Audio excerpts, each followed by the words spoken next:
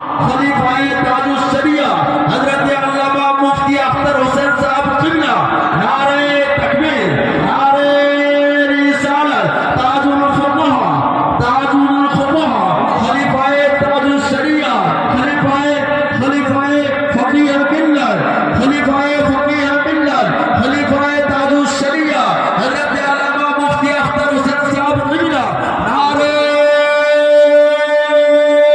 تکبیر، نعرہ رسالت، نعرہ رسالت۔ یہ غوث اعظم بولنا کس کے یہاں جائز ہے؟ اٹھائیے دوسرے مکتب فکر کی باتیں، وہاں سے آپ کو ملے گا۔ یہ غوث اعظم کہنا وہابیت کے یہاں شرک ہے، نیابنا کے یہاں شرک ہے، نجدیوں کے یہاں یہ شرک ہے۔ یہ ہندوستان میں غوث اعظم کا نعرہ صرف اور صرف وہ لگاتے ہیں جو مسلک اعلیٰ حضرت کے پیروکار ہے۔ اس کا مطلب ہے مسلک اعلیٰ حضرت یہ کوئی نیا مذہب نہیں ہے جو بزرگوں نے ہم تک عقیدہ پہنچایا ہے، اسی کی ترجمانی کا نام مسلک اعلیٰ حضرت ہے۔ اسی لیے امام احمد رضا نے فرمایا یا رسول اللہ تیرے غلاموں کا نقش قدم ہے راہ خدا، وہ کیا پہن سکے جو یہ ذرا سبحان اللہ۔ سمجھ سکتے ہیں گوبر سمجھ رہے ہیں؟ ارے بھائی ہمارے ہی ملک کے کئی بات کے لیے گوبر کہاں رہتا ہے؟ فریج میں کہاں رہتا ہے؟ کوڑے دان پر، ڈسٹ بن میں ڈالا جاتا ہے، کوڑے دان پہ رہتا ہے۔ اور مٹھائی کہاں رکھی جاتی ہے؟ فریج میں، تشتری میں سجا کر کے فریج میں رکھی جاتی ہے۔ آپ مثالوں کی دنیا میں ذرا آ جائیے۔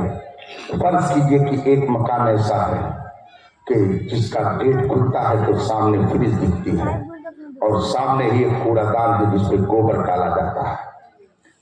فریج کھولی گئی ہے، اس میں مٹھائی رکھی ہوئی تھی، مٹھائی نے گوبر کو دیکھ لیا، اتفاق سے گوبر کے اوپر کوئی پیشاب کر رہا تھا۔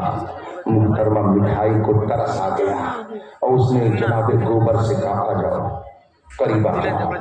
اس نے موقع غنیمت سمجھا، تن سے پہنچ گیا مٹھائی کے پاس اور دونوں نے مصافحہ کیا، معانقہ کیا، خوب گلے ملے، خوب آپس میں محبت کا اظہار کیا، دونوں ایک دوسرے سے گلے مل گئے۔ جناب گوبر محترمہ مٹھائی دونوں نے خوب مصافحہ معانقہ کیا۔ اب مجھے بتائیے محترمہ مٹھائی کہاں رکھی جائے گی؟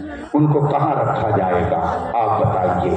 اگر آپ کہیں گے کہ اس کو فریج میں لے جاؤ رکھ دو، گھر کی محترمہ کہیں گی جناب سنیے یہ اب مٹھائی فریج میں نہیں رکھی جائے گی، اس کو بھی لے جائیے اسی کوڑے دان پر پھینک آئیے۔ اور اگر آپ زیادہ جلال دکھائیں گے تو اس زمانے میں ان کا جلال آپ سے زیادہ میں خوب سمجھتا ہوں۔ اگر کوئی حکومت کرتا ہے تو باہر کرتا ہے، گھر میں آئے گا تو کہا جائے گا ذرا بلب جلا دیجئے، ذرا پنکھے کا بٹن دبا دیجئے، گرمی زیادہ لگ رہی ہے، بچے کو ذرا اٹھا کر کے وہاں کر دیجئے۔ حکومت باہر چلے گی، اندر کم چلتی ہے۔ سب لوگ اس کو اچھی طرح سے سمجھ رہے ہیں اور اس کو سمجھنا چاہیے۔ تو اگر آپ کہیں گے نہیں فریج کے اندر ہی رکھی جائے گی یہ مٹھائی، محترمہ کہیں گی جناب فریج اگرچہ خرید کر کے آپ لائے ہیں لیکن صفائی کا کام میں کرتی ہوں، اس لیے اب یہ فریج میں نہیں رکھی جائے گی مٹھائی، لے جائیے اسے کوڑے دان پر پھینک آئیے۔ اور اگر آپ زیادہ زبردستی کریں گے تو ایک ہاتھ مارے گی، فریج کی مٹھائی بھی نہ جانے کہاں چلی جائے گی، آپ کچھ نہیں کر پائیں گے۔ مجبوراً آپ اس مٹھائی کو بھی لے جا کر کے کوڑے دان پر آگے بولیے پھینک دیں گے۔ بتائیے نقصان کس کا ہوا؟ مٹھائی کا ہوا کہ گوبر کا ہوا؟ جناب گوبر تو پہلے وہی تھے، اب بھی وہی پر ہیں۔ البتہ محترمہ مٹھائی کا نقصان ہو گیا کہ وہ پہلے فریج میں رہتی تھی، ٹھنڈے مکان میں اے سی میں رہتی تھی، مگر جب اس نے دوستی کر لی گوبر سے تو اس کو بھی اٹھا کر کے اسی کوڑے دان پر پھینک دیا گیا۔ مٹھائی کا نقصان ہوا، گوبر کا کچھ نہیں نقصان ہوا۔ میرے بھائیوں جو سنی صحیح عقیدہ ہے ان کا عقیدہ مٹھائی سے بھی زیادہ قیمتی ہے، مٹھائی سے بھی زیادہ عمدہ ہے۔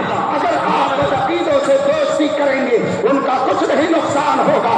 رسول پاک کے فرمان کے مطابق کلہم فی النار، جتنے باطل فرقے ہیں سب جہنمی ہے، ایک فرقہ اہل سنت و جماعت جنتی ہے۔ اگر آپ نے ان سے دوستی کی ان کا کچھ نہیں نقصان ہوگا، وہ تو پہلے بھی جہنمی تھے اب بھی جہنمی ہے۔ نقصان آپ کا ہوگا کہ جنت کی پہاڑوں سے اٹھا کر جہنم کے قبضے میں پھینک دیے جائیں۔ سبحان اللہ، سبحان اللہ، نعرہ تکبیر، نعرہ رسالت۔ موقع پر سرکار مفتی اعظم ہند علیہ رحمت و رضوان سفر فرما رہے تھے. اتفاق سے جس بوگی میں آپ بیٹھے اس میں آرمی کے لوگ بیٹھے ہوئے تھے اور آپس میں وہ باتیں کر رہے تھے.